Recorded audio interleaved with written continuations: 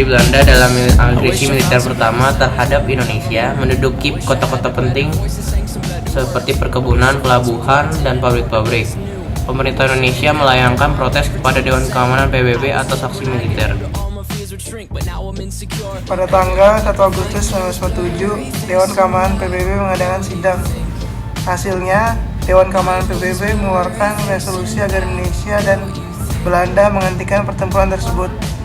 Selain itu, pada tanggal 25 Agustus 1947, Dewan Keamanan PBB membentuk komite untuk menjadi penengah konflik antara Indonesia dengan Belanda yang dikenal dengan Komisi Tiga Negara.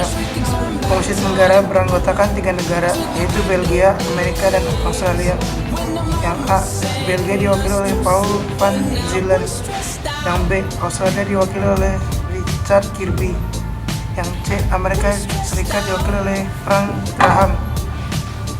Wakil-wakil Belanda dan RI di meja perundingan di kapal Renville milik USA yang berlabuh di Tanjung Priuk pada 8 Desember 1947 sampai 17 Januari 1948. Dalam perundingan ini, delegasi Indonesia dipimpin oleh Mr. Amin Syarifuddin. Delegasi Belanda dipimpin oleh R.A. Abdul Qadir Wijoyo Atmojo.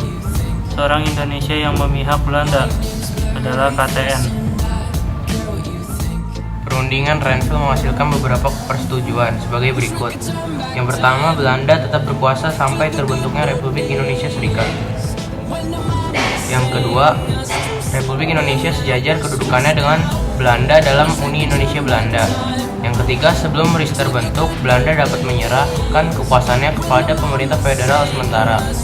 Yang keempat, RI merupakan negara bagian dalam RIS. Yang kelima, dalam waktu 6 bulan sampai 1 tahun akan diadakan pemilihan umum untuk membentuk konstituante RIS.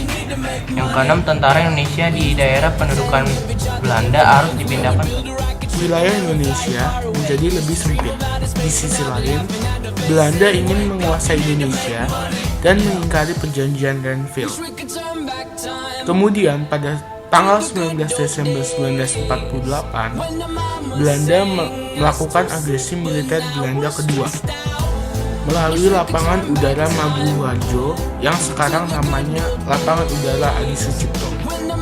Kemudian merusak bangunan penting dan ke pusat Yogyakarta.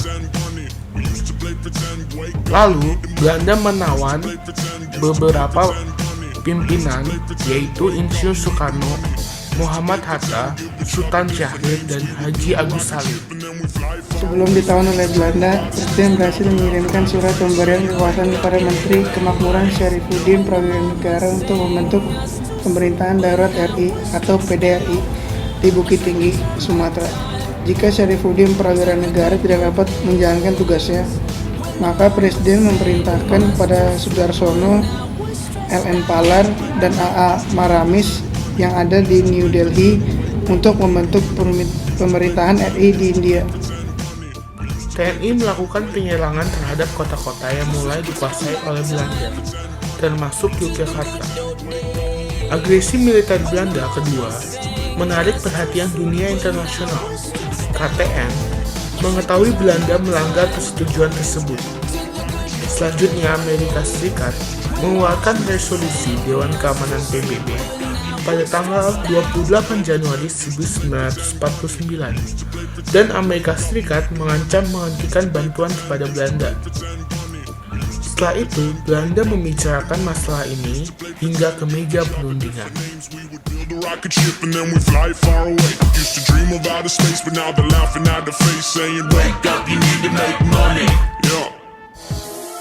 Wish we could turn back time to the good old days when the mama sang us to sleep, but now we're stressed.